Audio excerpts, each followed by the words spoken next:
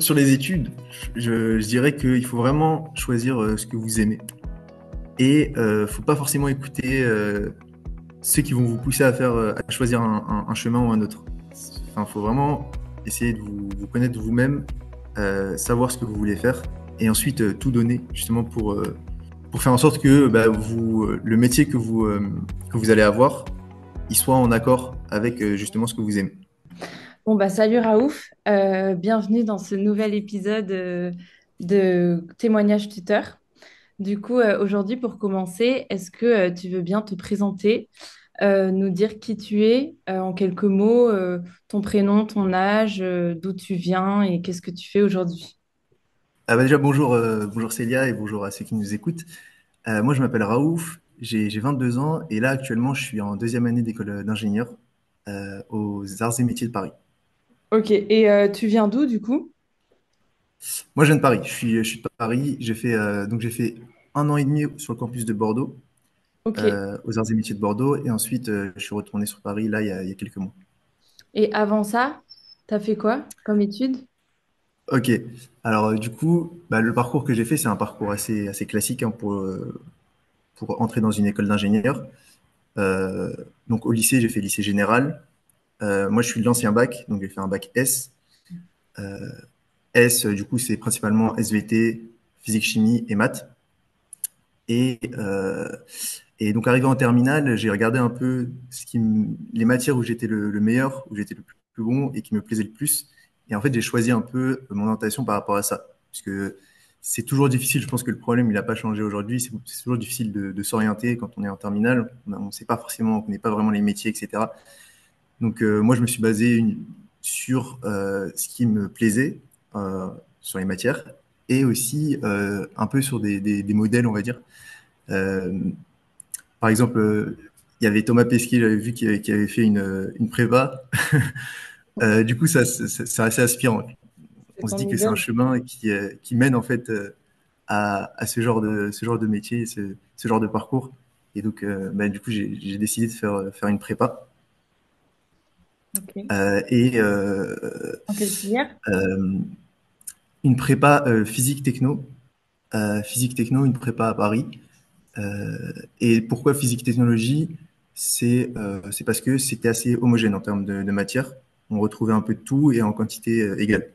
C'est-à-dire on avait autant de sciences de l'ingénieur que de maths et de physique chimie. Ok. Et ça c'est ouais ça du coup ça m'a assez plu. Euh, une fois que je suis arrivé donc en, en école d'ingénieur, forcément il y a le gap qui est assez énorme.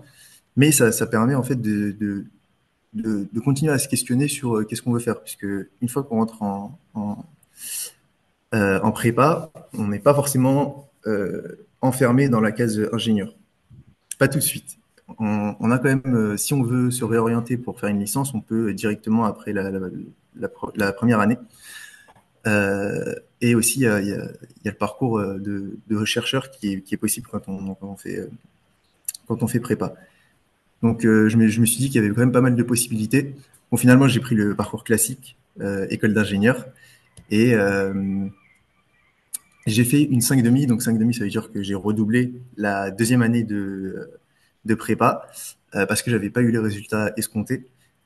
Et c'était aussi parce que j'étais juste déçu de moi-même. En fait, le, la prépa, elle demande un niveau d'exigence qui est assez élevé. Et donc, quand on, quand on n'arrive pas à atteindre ses objectifs, on est assez frustré. Euh, et c'est ce qui m'était arrivé du coup en deuxième année. Toute l'année, j'avais eu des notes correctes. Et une fois arrivé au concours, puisque aussi il faut savoir que tout se joue sur un concours de 2, 3 semaines pour certaines filières. Et donc, une fois qu'on arrive à ce concours et que c'est pas notre semaine, on n'a pas été assez concentré, etc. Et du coup, on rate pas mal d'épreuves. Ouais, c'est assez frustrant. Donc j'ai décidé dès que je suis sorti en fait de la salle d'examen, je savais que j'allais refaire une année. Euh, et on peut se dire aussi que refaire une année de prépa avec toute la T'avais charge de direct. travail, ouais, vraiment, je pense, vraiment, je le savais direct. J'en étais sûr parce que je pouvais pas finir là-dessus en fait. C'est ça ce que je me suis dit. Ok. Et, C'était où ta prépa et juste? donc, c'était Raspail. Le lycée Raspail, c'était dans le 14e. Et donc, on peut se dire aussi que refaire une prépa, enfin refaire une année de prépa avec la charge de travail, c'est assez compliqué. Mais en fait, pas tant que ça, puisque déjà on assimile, enfin on se connaît mieux, on connaît nos méthodes, Mm. et donc on arrive beaucoup mieux à travailler. On est beaucoup plus efficace et on voit aussi les résultats qui s'améliorent. Et aussi, il y a un aspect important, c'est qu'on commence à comprendre réellement les notions. Puisque dans les 2 premières années, en fait, on peut être juste dans l'apprentissage par cœur sans forcément les comprendre. Et vraiment, quand on fait, enfin, quand moi j'ai fait ma 5,5, j'ai vraiment découvert des. Je me suis dit, ah ouais, d'accord, c'est ça la physique, ça marche comme ça, etc. Du coup, j'étais assez, j'étais assez content de ça. Limite, c'est Et ça qui une t'avait fois. aimé la matière. Ouais, ouais, ouais, totalement. Ok. Et donc une fois que j'ai fini ma 3e année du coup de prépa, Mm. j'ai eu, j'ai passé les épreuves et j'ai eu l'école que je voulais, qui me plaisait. C'est donc les arts et métiers. Et du coup maintenant je suis en 2e année aux arts et métiers. Aux arts et métiers, qu'est-ce qu'on fait? On fait un peu de tout. Il me semble que toi, tu as Ouais, fait les ouais, arts et métiers, donc ouais, tu ouais. connais. Lazare aussi. On fait un peu de tout. Euh, enfin, ça a quand même historiquement, c'est quelque chose de très technique. Enfin, c'est une école d'ingénieurs techniques qui formait des chefs d'atelier, etc. Donc, on a toujours toutes les grosses machines de l'industrie. Euh, mais globalement, on touche vraiment à tout, que ce soit de la thermodynamique, que ce soit du coup de la mécanique des solides, l'électronique, etc. Donc, c'est assez intéressant. Et ça nous permet aussi toujours de nous diriger un peu là où on veut. Euh, dans les domaines de la science, on est très très libre en fin de parcours de choisir en fait ce qu'on veut. Mm. Et donc voilà là où j'en suis actuellement. Ok, trop cool, merci beaucoup. Et est-ce que tu peux me dire, peut-être pour les élèves, par exemple, qui sont plutôt au lycée et qui hésitent à faire une prépa, tu m'as parlé de Thomas Pesquet qui t'a inspiré, Ouais. c'est vraiment ça qui t'a donné envie de faire une prépa, c'est Thomas Pesquet? Alors c'est pas Thomas Pesquet en particulier, mais c'est juste il y avait des personnalités que je regardais et qui en fait ont eu le parcours de prépa. Et aussi quand on regarde, bon après je pense que j'étais très ambitieux, mais quand on regarde tous les grands patrons d'entreprises françaises, ils sortent ils ont fait une prépa. Donc en fait, c'est juste que je me suis dit qu'en fait, il y avait des possibilités qui étaient très élargies et très belles, on va dire. Des possibilités de parcours professionnel. Donc il y avait ça, et il y avait aussi le fait que ça permet aussi de réfléchir encore sur ce qu'on veut faire. Ça Hmm. nous laisse 2 ans, on s'enferme pas dans une spécialité. On reste dans les sciences, évidemment, parce que du coup, moi j'étais plus orienté sciences, mais on s'enferme pas directement dans une filière comme si on faisait une licence de maths où du coup là, on va faire que des maths. C'est vrai. Et il y a d'autres personnalités qui t'ont inspiré ou pas? Ben, il y a, comme j'ai dit, les patrons, Ok, mais les patrons, par exemple, de Total, etc., ça, ils font partie des gens qui sont, voilà, qui m'ont donné envie. Je me suis dit, en faisant ça, peut-être que je deviendrai un grand patron. Bon, ok. après, on verra par la suite. Du coup, là, tu es en deuxième année et du coup, tu as fait un an à Bordeaux et après 6 mois à Ouais, Bordeaux, 6 mois à Paris, c'est ça? c'est ça, exactement. Pourquoi tu as changé au milieu de la deuxième année? Alors, c'est pour me rapprocher en fait de ma famille. Ok. Du coup, j'ai eu, enfin, j'aurais pu le faire en début d'année, euh, mais je l'ai fait du coup en milieu d'année. Et en fait, je pense que c'est une composante importante de se rapprocher de sa famille. Je m'en suis rendu compte. Euh, Ça, c'est vrai du coup qu'on soit en école d'ingénieur, qu'on soit au lycée ou bien même si on travaille en fait, cette composante, enfin, c'est le soutien que la famille elle apporte, c'est ultra important. Euh, donc, en ce qui concerne les lycéens, je pense qu'il y a cette, enfin, sans le soutien de la famille, c'est compliqué. Et quand je parle de soutien, je m'entends, c'est pas la pression en fait. C'est pas la pression qu'on peut mettre aux élèves. C'est plus du coup les pousser à se dépasser.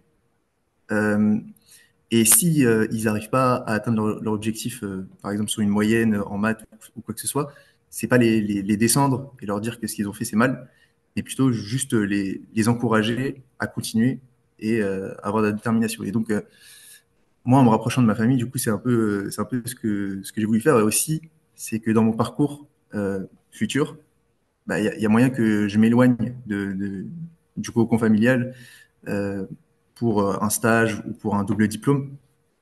Et du coup, rester 6 mois, parce que du coup, là, je vais rester 6 mois, bah, ça, c'est pas négligeable. Hmm.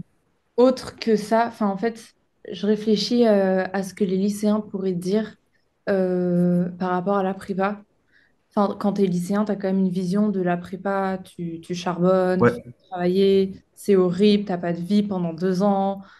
Qu'est-ce que tu leur dirais aux lycéens qui disent ça? Bah, je leur dirais que c'est en partie vrai quand même, parce que c'est énormément, enfin, c'est une charge de travail qui est assez incroyable. On, en fait, on peut pas forcément la concevoir quand on est au lycée. Moi, j'étais au lycée, c'est un lycée privé Eugène Napoléon, dans le 12e arrondissement, j'étais à Paris. Ok. Et c'était un bon lycée. Et aussi, moi, j'avais déjà des habitudes de travail. J'ai fréquenté les bibliothèques dès la seconde. Ok. Et, euh, et du coup, je me considérais un peu comme un bosseur. Mais une fois que justement je suis arrivé en prépa, bah, je me suis rendu compte qu'en fait, non. Ok. Euh, que du coup, j'étais à des années-lumière de, en fait, de travailler assez. Hmm. Euh, et donc, vraiment, il y a cet aspect-là de travail qui est charge de travail qui est énorme. Ok. Et Ça, ça, il faut s'en rendre compte. ok. Et après, ce qu'il faut savoir, c'est que enfin, ça peut être un facteur d'abandon, parce qu'il y a des abandons en prépa, mais la majorité des gens terminent la prépa. Et du coup, en fait, c'est plutôt un facteur de motivation et d'encouragement de se dépasser et vraiment de continuer à travailler. Limite s'acharner pour trouver sa méthode et savoir comment est-ce enfin, être efficace en fait dans son apprentissage. Euh, et donc, ça mène beaucoup de gens une fois sortis de prépa, être vraiment très très bons scolairement et aussi de manière générale dans la vie. C'est-à-dire être plus organisé. Euh, donc ça, si vous prenez prépa, en fait, vraiment, ça va vous changer. C'est ça qui est important. C'est que, et vous allez vous découvrir aussi. Vraiment, vous allez savoir comment est-ce que vous travaillez. Euh, et c'est pour le mieux. Vraiment, ça va pas être détériorant ou quoi que ce soit. Ça va pas être néfaste pour vous, ça va être que du bien. Et aussi, ce qu'il faut se dire, c'est que bon, ça va être 2 ans, 3 ans pour les gens comme moi, mais en sortant de ces 3 années ou ces 2 années, euh, vous n'allez pas avoir des séquelles à vie. Je veux dire, il va pas y avoir des cicatrices sur votre corps à cause de la prépa ou quoi. Hmm. Non. En général, d'ailleurs, vous allez plutôt enfin, vous allez plutôt avoir un bon souvenir de la prépa.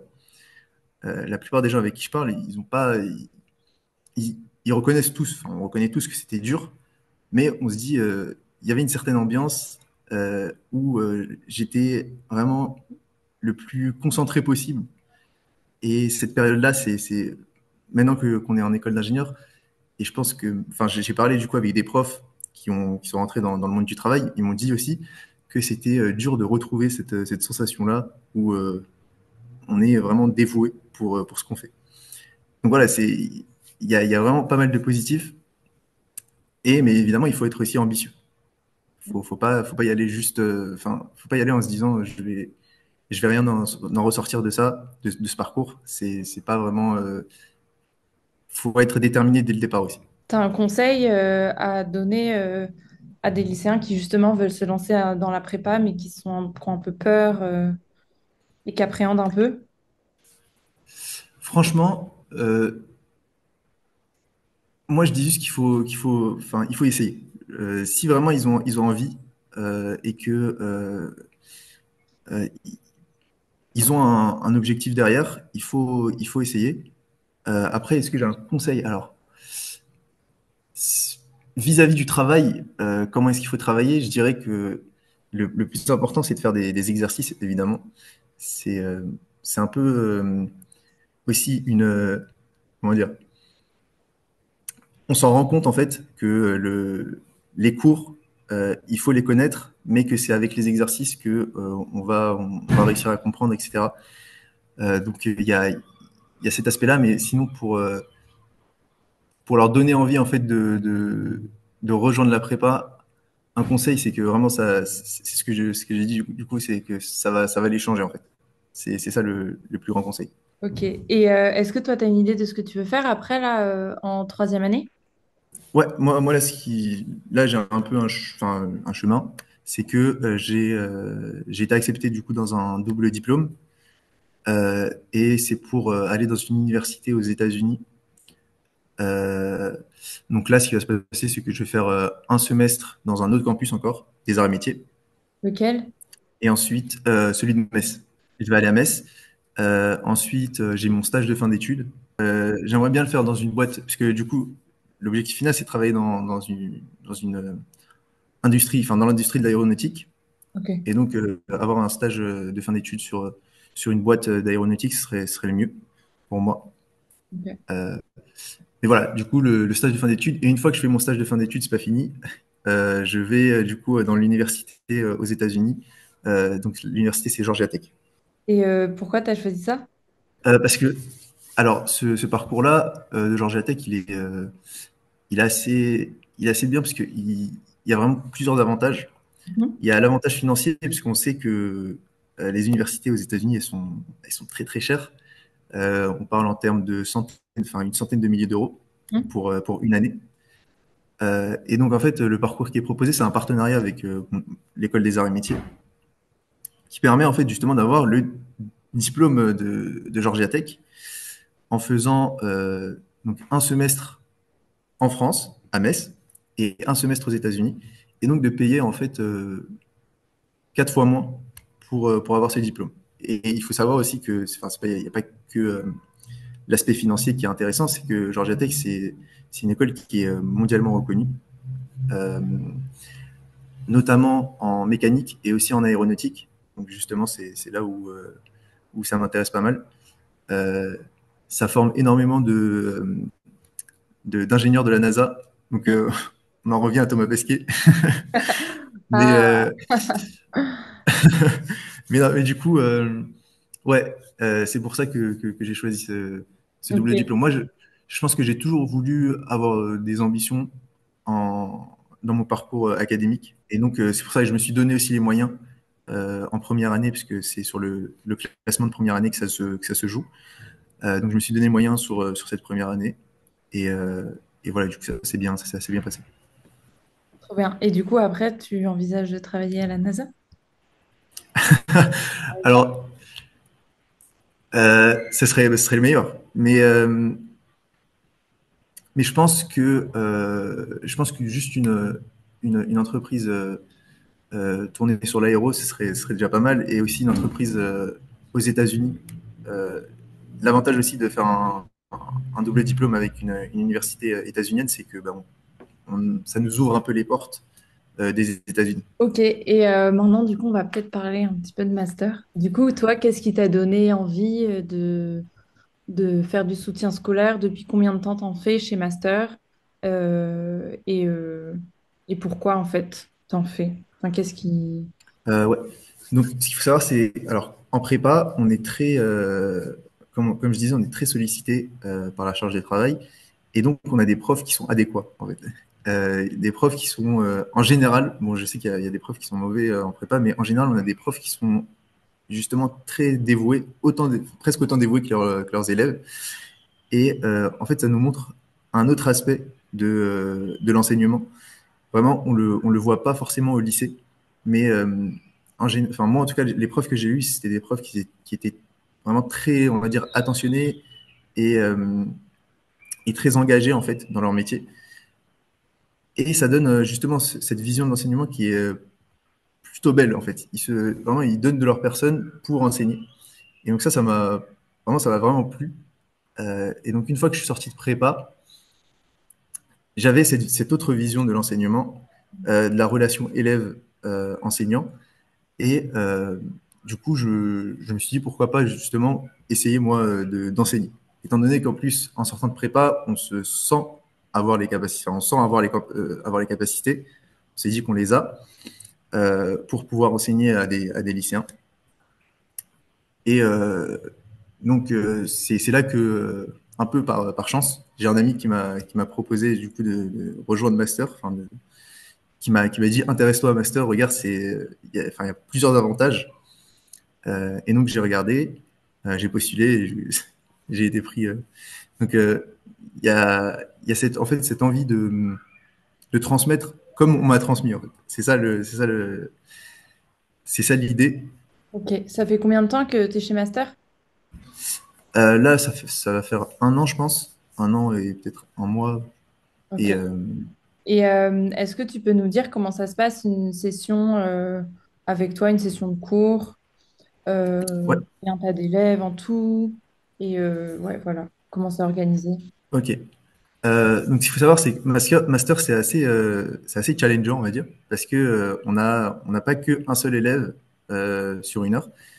On va en général plutôt avoir deux ou au maximum trois élèves sur une heure. Et donc, il faut jongler entre les élèves et leur donner des cours, enfin, leur donner les exercices ou bien les explications qu'il faut.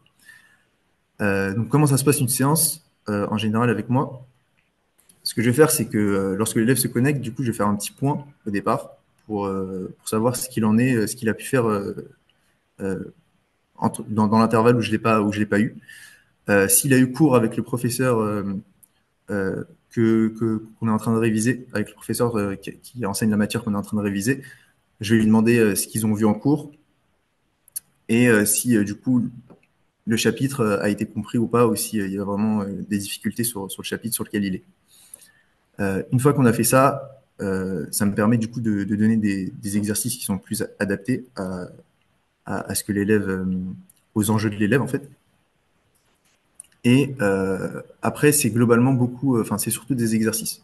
Le, le gros de la séance, c'est faire des exercices, Mhm. parce que comme je l'ai dit tout à l'heure, vraiment on se rend compte que c'est en s'exerçant on va performer académiquement et sur les contrôles, etc. Donc, il faut, ce que je demande aussi aux élèves, c'est d'avoir un minimum de base sur les cours pour pouvoir se faire ces exercices-là. Parce que si on est tellement perdu sur un chapitre et qu'on n'a aucune notion sur le cours, forcément, les exercices, on va pas pouvoir les faire. Mais si on a cette petite base-là, avec les exercices, en fait, on va réussir à construire quelque chose de solide. Donc voilà, le gros de la séance, c'est faire des exercices. Ensuite, euh, ce que je fais, je fais en sorte de ne pas les laisser trop longtemps seuls, parce que comme j'ai dit, il faut jongler entre les élèves. Euh, et donc, pour que l'élève reste engagé, il faut que on fasse des points tous les 5 à 10 minutes. Pas forcément pour corriger l'exercice, mais au moins pour faire un point, voir où est-ce qu'il en est. Donc, il y a ça qui est très important. Et c'est aussi, du coup, on va dire, un des défauts du tutorat en ligne. Un des défis aussi du tutorat en ligne, c'est essayer de garder la présence de l'élève, garder son engagement tout au long de la séance. Donc, une fois que l'élève a terminé son exercice, on le corrige. Et donc, la correction, elle peut se faire de deux manières. Soit on va la faire en ligne, pardon. On va la faire à l'oral.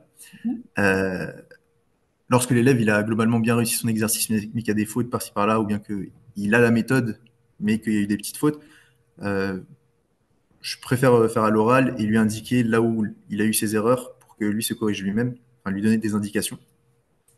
Si du coup l'exercice il a été, on va dire, très mal réussi, qu'il y a eu beaucoup d'erreurs, ce que je fais, c'est que du coup je prends un autre support, une tablette pour lui montrer la correction sur la tablette. Euh, voilà, une fois qu'on a fait ça, l'objectif dans la séance, c'est de faire 2 à 3 exercices par élève.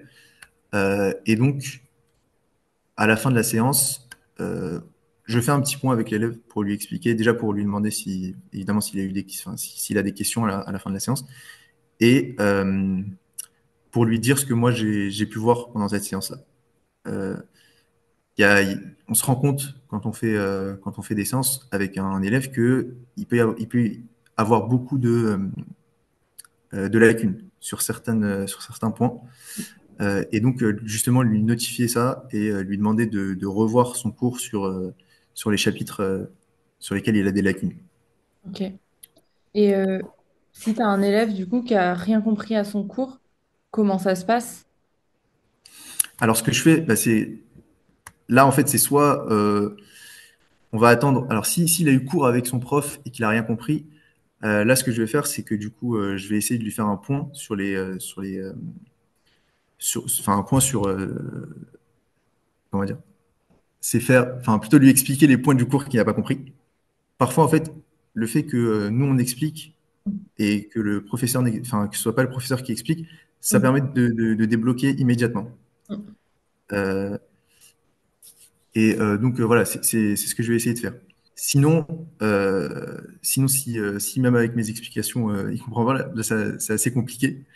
Euh, ce qu'on peut faire, c'est, enfin, ce que je fais parfois, c'est que je le redirige vers des vidéos parce que là aussi, ça peut en fait débloquer. En fait, il faut essayer d'avoir plusieurs angles d'attaque. Euh, L'avantage du coup avec Master aussi, c'est qu'on peut envoyer directement des liens pour qu'ils puissent les voir, aussi pour qu'ils nous fassent un compte rendu de ce qu'ils ont vu dans la vidéo. Et donc c'est un peu les méthodes que j'ai si vraiment sur le cours ça va pas du tout. Et du coup, tu trouves tes exercices par toi-même, ils te les envoient, tu fais comment? Ouais, alors concernant les exercices, bah, sur Master il y a déjà une base de données. Ça c'est très pratique pour pouvoir donner des exercices.